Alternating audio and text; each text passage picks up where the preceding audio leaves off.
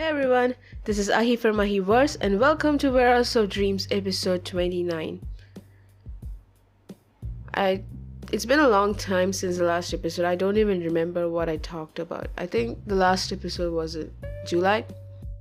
And every time like a Tuesday comes along, I always think like, I should record a podcast today or something along the lines, and I never seem to get into it. Like when Tuesday comes along and I'm like, today doesn't feel like a good day. I'm not motivated enough, or not even motivation. It's like I don't have the energy to speak today, so I just postponed this episode for a long time.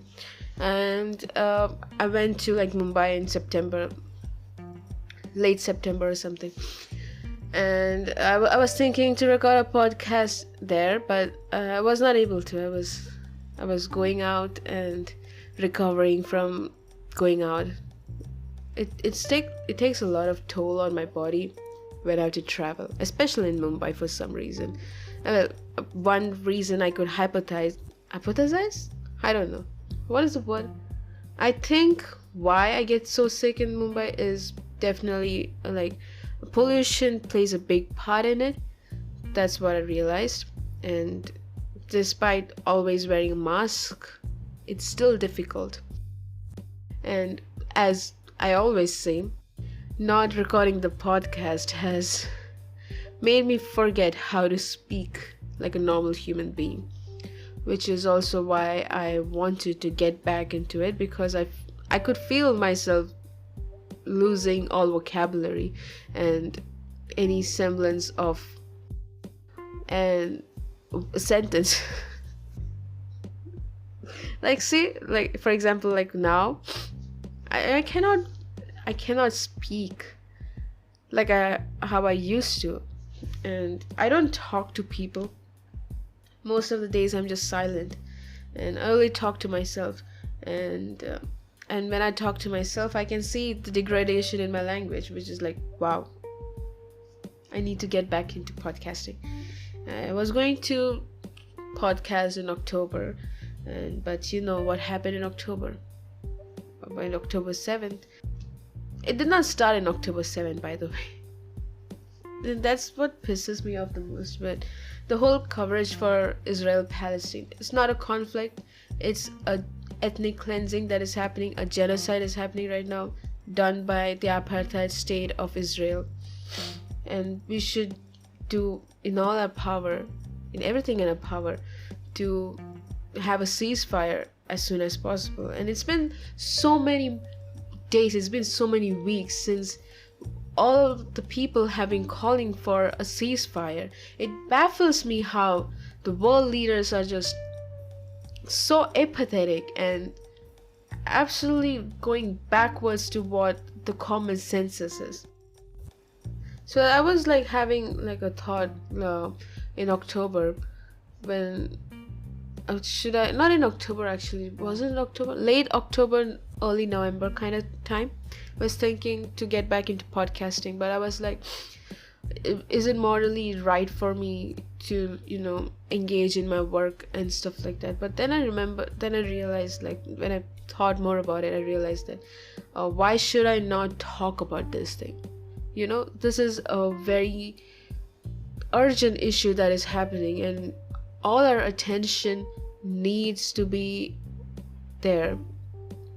And there are like two other genocide and wars happening in along with, like not along with, but at the same time, like the issue happening in Congo and the Sudan.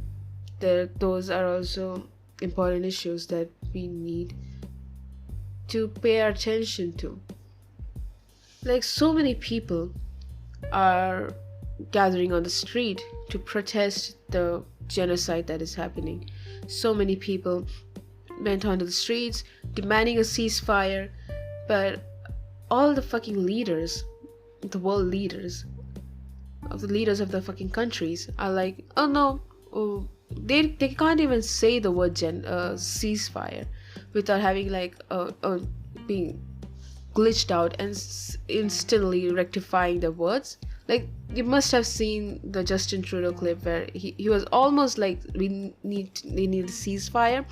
He was almost seized, and then he corrected himself and said humanitarian pause. And what the fuck is a humanitarian pause? And how in the right word can we like call it humanitarian? Pause of 4 hours. That's what I think. No, I'm not currently like in tune with the news right now. The last time I saw it was like Israel was saying like, we will give a 4 hours of humanitarian pause. What's humanitarian about like 4 hours of break in the 20-hour airstrike bombing is happening? What the fuck is humanitarian about that pause? Like 4 hours is nothing when you're bombing them for like 20 hours straight and you're giving a pause for 4 hours. It doesn't make any sense. Does it make any sense to any of the people? I don't understand. This baffles me. Even now, like, I have said this like in this same episode like so many times, like how the leaders are like opposite of the people's demand, and which is very telling like what type of leadership we all are going under. And it's very high time that we need a systemic change to all of it. It's very, very much like I don't know the word or the phrase for this thing. It's like a burning issue, or like it's at the tip of my tongue. I can't picture that phrase, but I can't say that phrase. It's whatever. I'll say like what I really mean is that it is a very pressing issue. It is very important, and through this I hope people can open their eyes and see how fucked up the leaders are. They don't care about people at all, no matter who you are. And it's time that we should bring about changes where our voices are heard. And talking about voices being heard is like, we all feel helpless in this situation when a group of people are going through a genocide. Like a freaking apartheid state is committing a genocide right now in front of our eyes, and there seems like no consequences to that apartheid state because it is backed by one of like superpowers that are like, for example, like America. And it's easy, we can say it's easy and all, but like it is easier for like America to be like, oh, we need a ceasefire right now and demand a ceasefire, and Israel will comply to it. Comply is the right word? Yeah, oblige, I guess. Israel will listen to what America says, which is so fucking annoying, because America is like, oh, we should not demand a ceasefire right now. Humanitarian pause, even just talking about humanitarian pause is like big of an ask for them, which is so annoying because the people recognize how fucked up the situation is, and it feels so helpless. It feels like we cannot do anything. And no matter how many times we are protesting, how many times people are going on the road, on the streets, and doing everything they can, nothing is changing the needle, and it just makes the situation more and more depressing. And you at some point, many of the people will be like, it is affecting them too much. And the talk of self-care is also like a colonizer idea. Like, if you're thinking about your individual self, and you're basically getting conceding to the oppressor party if you are like, oh, I need to take a break from this and all. I understand, like, individually speaking, mental health does come first and all. At the same time, we should remember that we should always show up for the people who are being brutalized by an oppressive force. I think that's something the new generation is learning now because of this not conflict, because of this genocide that is happening. I saw like a staggering amount of like Gen Z people, and I'm also Gen Z, are very pro-Palestine, which is duh. Obviously, you should be pro-Palestinian, demand a ceasefire. And just me saying this would ruffle so many feathers of so many people, because it's like, oh, it's one or the other kind of situation. And people say it's such a complicated situation, it's too much complicated, there is history, and yeah, go learn the history and you will see it's not complicated at all. This is like textbook case of settler colonization. Do not come for my pronunciation, by the way, because come on, please, I can't be perfect in everything. God made me and decided like I can't be perfect in when I'm speaking, so that's my drawback. So settler colonization, settler colonialism. Israel is a textbook case of that. And and there's so many justification for Israel, like, oh, this happened, so now people are justifying genocide because of the Hamas attacks on October 7th. And there are news that came out like IDF also had a hand in the number of victims that came from that day, which is baffling to me. But I'm surprised, but at the same time I'm shocked, but I'm not surprised kind of situation. It's like IDF has been lying since so many years, but still people are like, oh, but Hamas. Every time anything we say pro-Palestine, it always like, but Hamas. And even before Hamas was even created, Israel has been doing so much shit. What about that? It is so annoying to keep on like talking about this issue to people who are not at all open about opening their mind to learn the facts and stuff. I went into this like 2-3 years back, when I think in 2021 there was an issue that started about Israel Palestine. I don't remember exactly which area. I think it was the West Bank. Was it the West Bank or Gaza? And then Hamas attacked it. At that time, when my eyes opened to politics, I grew up as a Christian, and obviously like when we have a soft spot for like, I'm not talking about American Christian. I'm from India, and I'm an Orthodox Christian, and we have like growing up, I was like, Israel was the norm, right? Israel was a thing in the Bible and whatnot. So, and I was of the opinion like, oh, I was actually like kind of like under the thought that Israel was a thing, right? But then I learned the history. Then I went to the fucking different sources and I learned the history, and I was like, holy shit, there was so much pro-Israel propaganda. Not even like pro-Jewish, I'm talking like Israel state, the apartheid state, pro-Israel apartheid state. There was so much like propaganda about that, and it's so ingrained. The worldview is like so ingrained into thinking that Israel was a thing before, which shocked me, because learning that it was not the case, and it was like mindset shattering. Like, so what I knew was completely bullshit was the thought process.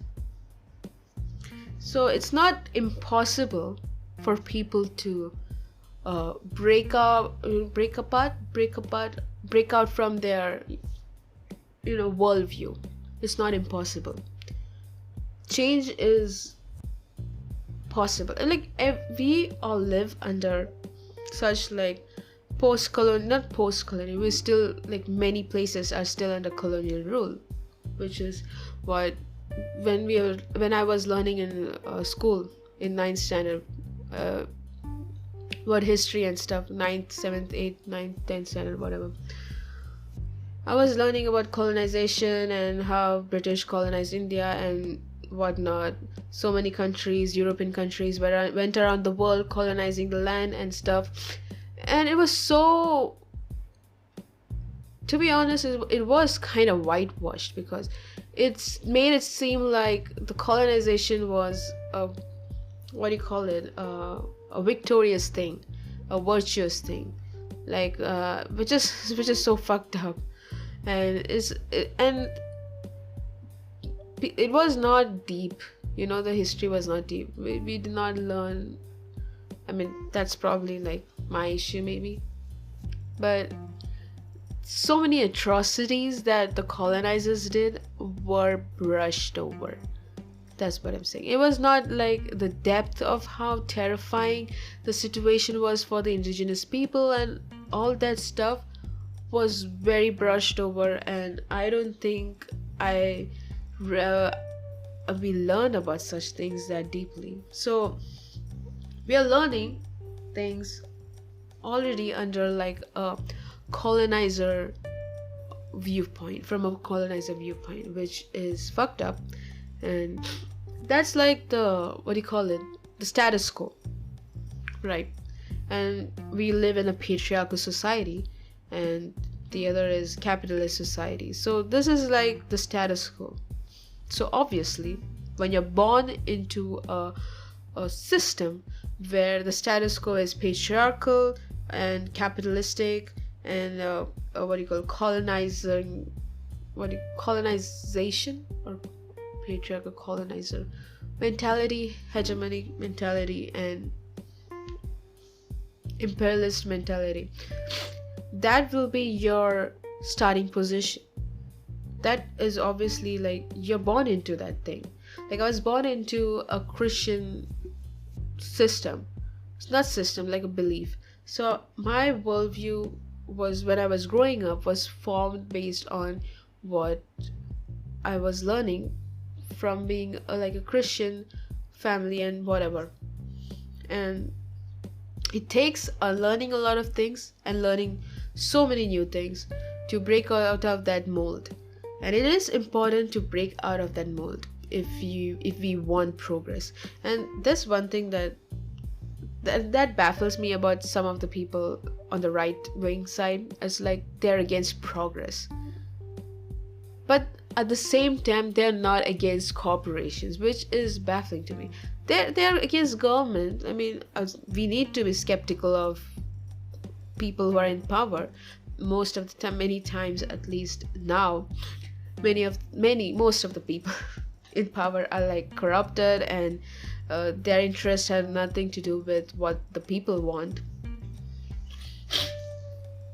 So we need to be skeptical, and we need to question them when things do not match up. So that scrutiny is important towards the people in power.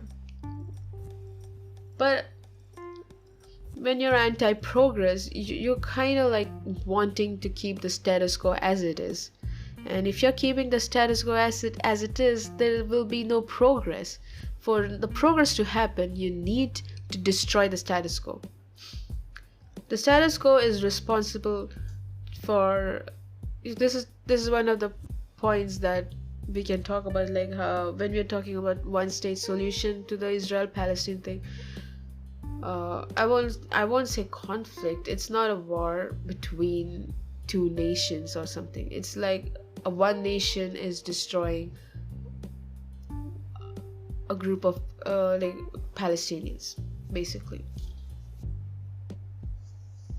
So people be like one state solution will have so much violence against Israelis and all, and I don't know. Frankly, I cannot talk on that because that's in future. How can you say that when we are seeing so much violence that is happening right now in maintaining the apartheid state? That's something people who are like pro-Israel gloss over. And many times on Twitter or on Instagram or social media site, the pro-Israel pro-Israel, like it feels like they are bots. They have they refuse to comment like such horrific things under pro-Palestine videos or posts, and such horrific things. And when people like to correct them, there's no like middle ground. Forget about middle ground. They are not even open to listen to what the other people are trying to say. They have formed this viewpoint, and they're like stubborn on it. Many times I genuinely feel like some of them are like state stenographers for like Israel. They're doing BJP IT cell shit. Like, that's insane. So it feels like it is, to be honest, there's no point in arguing pro-Israeli, pro-IDF commentators. There's no point in arguing them, because they are not going to listen to you.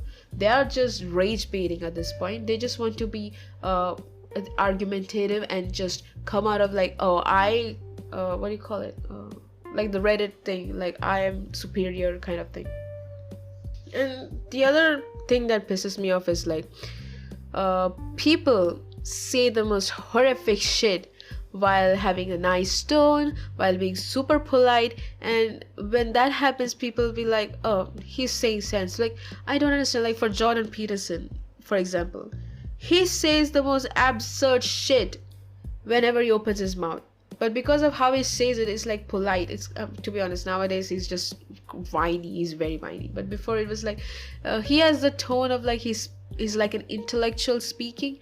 But if you, because of his tone, many people, they just don't listen to his words. But if you clearly listen to his word, he doesn't make any sense.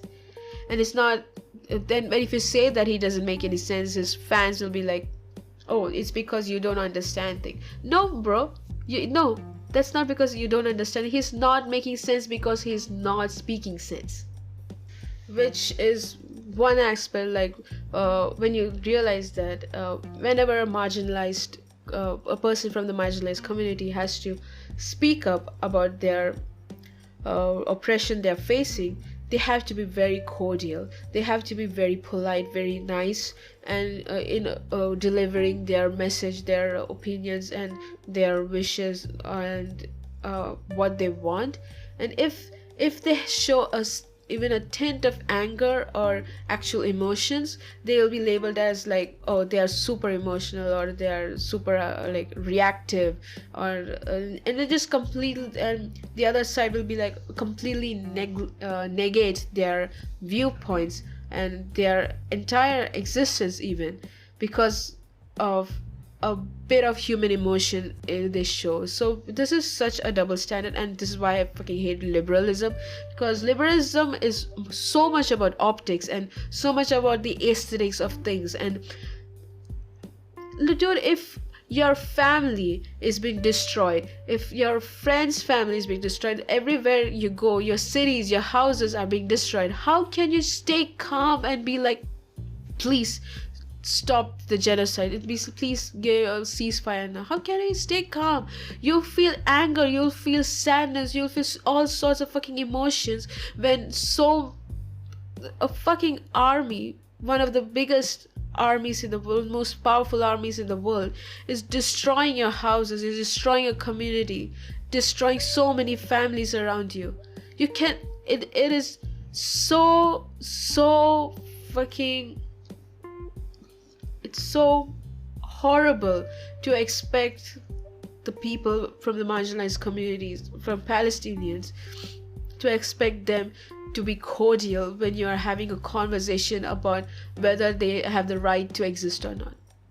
It is so annoying how the media is like, oh, if you speak in anger, then you're invalidated completely. When anger is valid, anger towards your oppression is valid. And towards that note, on adding to that, anger and like violence against the oppressor is a right. It is a right given by, I think in what do you call it, in human rights. My nose is blocked, man. The United Nations, there's human rights wing, right? And they have said that when you're in a colonizer, under colonization, or when you're oppressed, it is your right to fight back. It is your right to fight back by all means necessary, whether it's non-violent or violent and all. And it is important. I used to believe like all violence is bad, and growing up, because that's a normal position, right? Violence is bad and all. But even in, like, talking about my country's history, like India, when we were under like British rule, it's not just the non-violent movement that gave us the freedom. There were so many violent resistance that was happening that led to the freedom. But obviously Britishers be like, no, we gave freedom because of the non-violent protest. Like, sure, you cannot go and beg your oppressor or your, it's so fucking, I don't even want to say this, but like, you cannot go and beg if someone has kidnapped you, and you cannot just go and beg your kidnapper, be like, please leave me alone, let us go. And the kidnapper will be like more harmful to us if you do that. That's what happened in many times when so many Palestinians were non-violently like on the streets protesting, like, please, for their rights. They were protesting, and many times the IDF was like open firing on these Palestinians. There were kids, there were women, children, men, everyone. They were non-violent in West Bank and in many places. That's how violent the IDF is. But people seem to forget that. They completely be like, oh, that is normalized. The violence by the oppressors, that is normalized. That is not violence. That is what norm is. Like, are you guys listening to yourself when you say this? Obviously, they won't say the violence by the oppressors are normalized, but they talk as if that is the norm. And it is frustrating, and it is annoying, and no matter the whole people in power, they want you to feel helpless, because if you feel helpless, if you feel like there is no hope, then you won't fight back, and the status quo will remain, and the people in power will be in power, and they'll be happy, and they don't have to worry about anything. But obviously, we as human beings, we as people, have so much power in us that we are constantly made to forget the power. We are made to keep on working under super like long hours. That makes us unable to connect to our peers or connect to other human beings. So we are isolated, we are alienated. That's not what do you call it?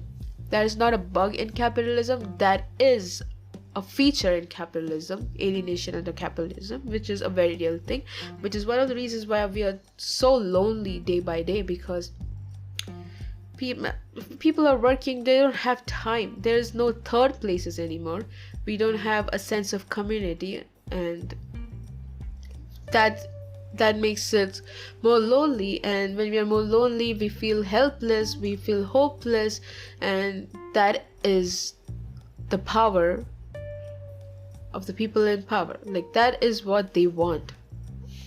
The status quo wants us to feel like we have nothing in our hands, we have no power, but we have the power. That's something we need to keep reminding ourselves, that we as collectives have so much power, and that's exactly why they're trying everything they can to make us feel helpless.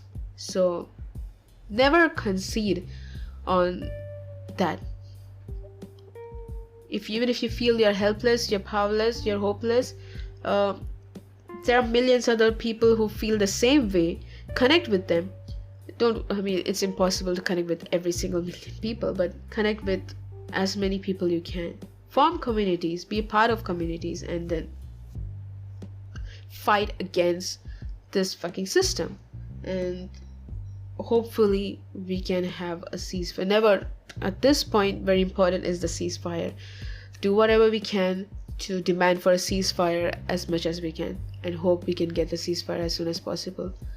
But we will not rest till Palestine will be free, and all the people in that region will live like a normal citizen of their country, with their own voter rights and every right they have. So yeah, that's all for this week, I guess. It's already over 30 minutes, so don't forget to drink water, eat food. This is all feels like a privilege. This is all a privilege, to be able to eat food, to be able to drink water, to have water to drink, to have food, because so many millions of people in Gaza, they don't have water, they don't have food. The medical aid is difficult. So many of the people, like, we see the number of dead people and see the number of injured people. We fail to quantify the actual experiences, like the injuries. Like, many of them lost their limbs, and the surgeries that happened many of them happened without anesthesia. They are so much in pain, and we should not forget that. So we should do everything in our power to bring us about a ceasefire. There are so many resources on the social media you can find to how to bring about that. Contact your MPs and ministers and stuff. Demand a ceasefire from them so it reaches the upper echelons. Hopefully this ends quickly. So that's all for this week, and I hope you guys can drink water, eat food, sleep well, and take care, everyone. Thank you for your existence, you amazing being. You're always welcome to the Wearers of Dreams. Bye, guys.